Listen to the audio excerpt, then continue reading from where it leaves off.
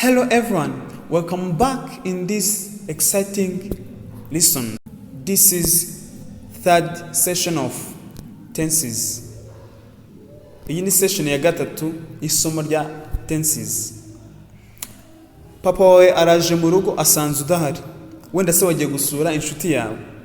Ahise guhamagara kuri telefone arakubaza ese uri hehe? Ushaka kumubwira ngo nagiye gusura inshuti yanjye. Uzabivuga gute mu Cyongereza?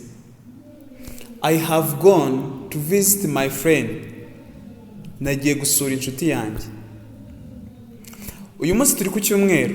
Kuwa gatanu wari wagiye gusura inshuti yawe. Mama wawe arakubaje utese kuwa gatanu wari wagiye. Ushaka kumubwira uti nari nagiye gusura inshuti yanjye. Uzabivuga gute mu Cyongereza? I had gone to visit my friend. Turi kuwa mbere. Uri kumwe na brother wawe arakubaje se kwa gatatu uzaba wagiye. Ushaka kumubwira ngo nzaba naragiye gusura inshuti yanjye. Uzabivuga gute mu Cyongereza? I will have gone to visit my friend. Nzaba naragiye gusura inshuti yanjye. I wanted to give you a welcome in this lesson. Let's get started. Let's start from present perfect. Ese present perfect tuyikoresha ryari?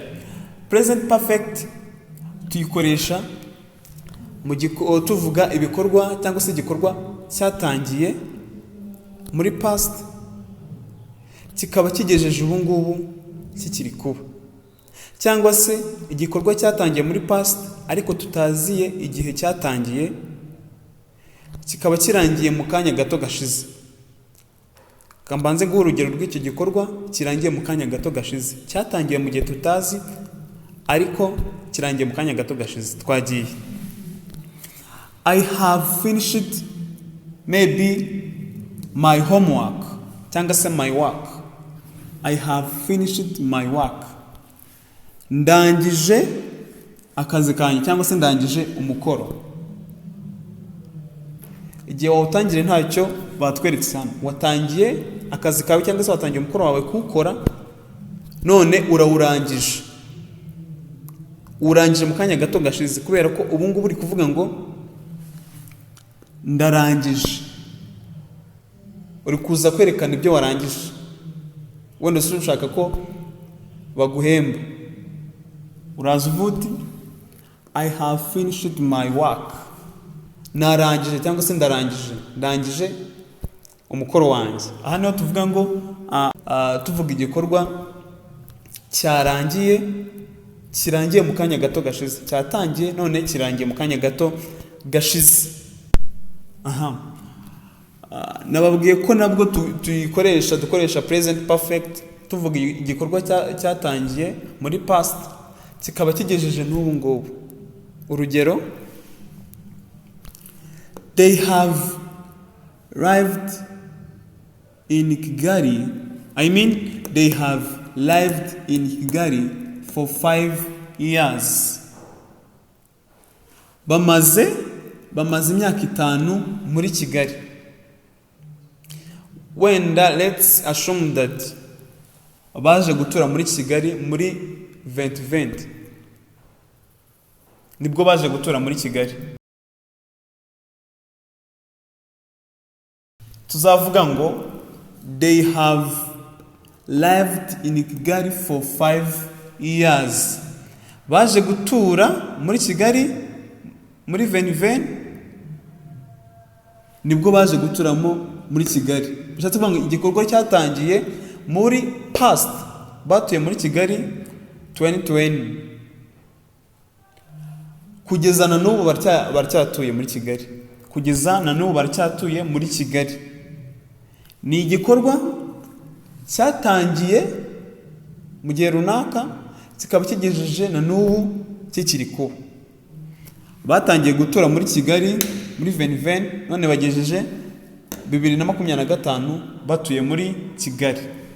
They have lived in Kigali for 5 years. Bamaze imyaka 5 muri Kigali. hano dusoma years, 5 years, ntago dusoma 5 years, no. Ears ni amatwi, ears ni amatwi, then eyes ni amaso. Ese past perfect tuyikoresha ryari? Past perfect tuyikoresha mu gihe turi kuvuga igikorwa cyabaye imbere y'ikindi, igikorwa cyabaye imbere y'ikindi. Uti gute?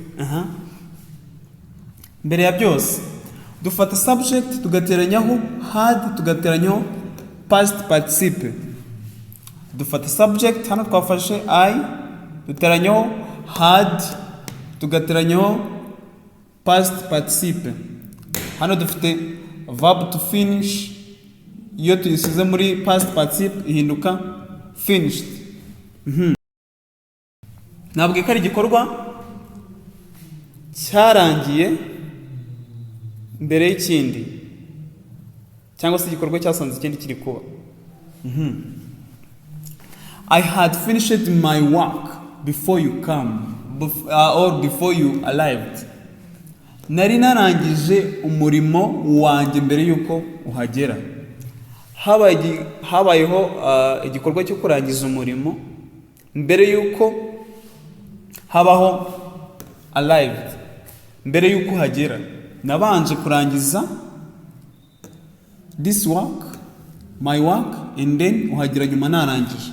Ni igikorwa cyabaye mbere y'ikindi. Twagiye kuri future perfect. Future perfect ese tuyikoresha ryari? Future perfect tuyikoresha tuvuga igikorwa kizaba cyarangiye. Uti gute? I will have finished my work. Nzaba narangije umurimo wanjye. I will have finished my work. Nzaba narangije umurimo wanjye. Its structure. Dufata subject ariyo I, tugateranyaho will have ariyo yiyi, then tugateranyaho past participle finished. Nyuma yo kubona briefly about those tenses, reka twongere turebe kuri example tutigeze tureba. She have visited her grandpa. Yasuye sogokuru we. Noneho muri past, she had visited her grandpa. Yari yasuye. She had visited her grandpa. Yari yasuye sogokuru we. She have visited her grandpa. Yari yasuye sogokuru we. She had visited her grandpa when I called her. Yari yasuye sogokuru we ubwo namuhamagaraga.